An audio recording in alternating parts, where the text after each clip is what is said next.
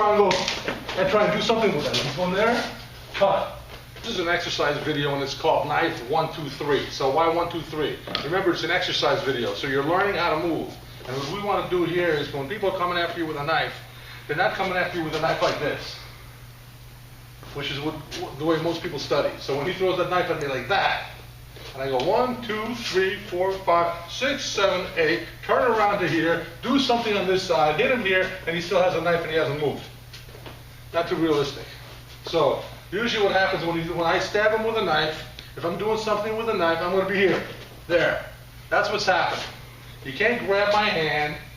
He doesn't have much time. He's got to do something. But he can't grab my hand. Because if he tries to grab my hand, what happens? If I'm going here and he does anything, he tries to block, traditionally what happens? Cut. Doesn't matter where I go, cut. I go here, cut. I take it down here, block, cut. My hand's not staying out there for him. So, how do we get that? We don't want to be in a position where we have to fight like that, but you may be in a position that you have no choice. Usually you want to be able to pull out your gun and shoot him. But if you can't do that, then what are you going to do? If you don't have a knife, you don't have a gun, you don't have a grip, you don't have another weapon, what are you going to do?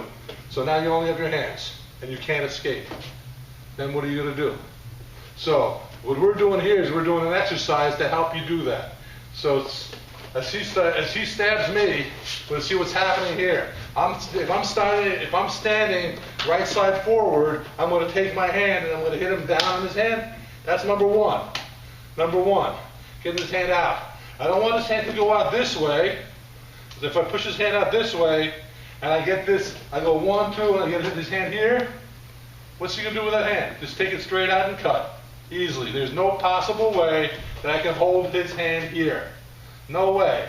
If I hold as tight as I can, he's going to pull it out. So maybe if I can take his hand, instead of putting it on that side, to take it on this side, maybe I can do something. So I want to try and take his hand onto the inside of his body here. If he's good and he's fast, he's going to grab the knife with the other hand. And then I got a problem. Okay? So you don't have much time in any of these things. So that's why we're doing 1, 2, 3 on this. So as he stabs me, I'm going to go 1. That's down here. I'm going to down, down. I can take that. If I'm fighting him, I may want to punch him, boom, and try and break his arm and try and get the knife. I don't know. But the exercise is just 1, 2, push. Hand on top. With the hands on top, I'm just grabbing. Not pushing from the bottom, pushing from the top. Same thing. If I push from the bottom, how's he going to get out of that? Just pulls it right up. If I push him from the top, how does he get out of that? Without using his hand, without grabbing it or anything, just there, just purely on a physical basis, how does he get out of that? So if he pushes it up, push it up. It makes it tougher. It makes it tougher. If he wants to pull his arm down, it makes it tougher. Once I'm here, if I hold it here, how does he get out of that? He just picks it up. It's easy. So I want to try and make it a little bit difficult. So, same thing. I'm pushing in body, just open hand, right now. When you're doing it with your partners, take it easy on this. This is going to hurt. If you start punching his radial nerve, if you start punching his wrist, you're going to be breaking his arm. So you don't want to do that with your partner. But think about what you can do to cause pain. So, 1, 2, in here. That's away from you. Once it's over here, I can always take that and do something like that. Not always, but maybe. So, I go 1, 2. 1 first. 1. So the way we practice, 1, 1, 1, 1. Then I go 1, 2. And I move in. Because I don't want to be here when I'm doing that. What's he going to do? He's going to move back. So if I can take 1, 2, I got him in there. So I'm pushing him back. So can I do that? 1, 2. 1, 2. That's my reaction. 1, 2 is my reaction. 1, 2. He comes to me. 1, 2. What's my distraction? Remember, if I'm doing a moving knife, I'm not going to get anything off him unless I take away face. So, it's 1, 2, 3. Right? 1, 2, 3.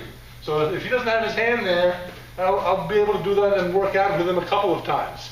And then he's going to get pissed off and want to leave. All right? Because he's not going to want me to go from here and go 1, 2, boom, 3. All right? 1, 2, boom, 3. So when you're doing that, just pick up your hand. All right? Pick up your hand.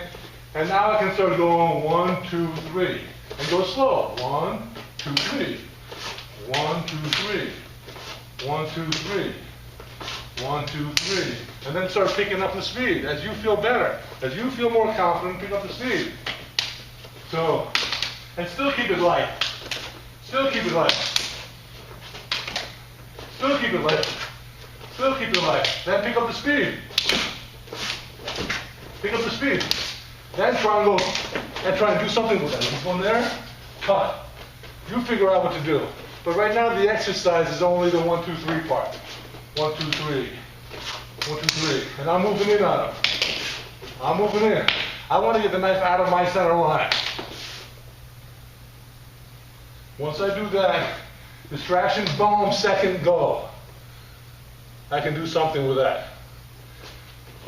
1, 2, that gives me a time to do something. I don't know what it is I don't want to do.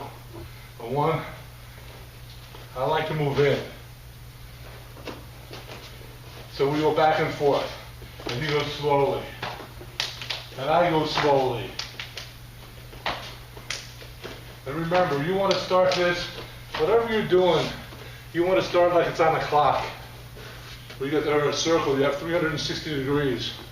You want to start at 1 degree.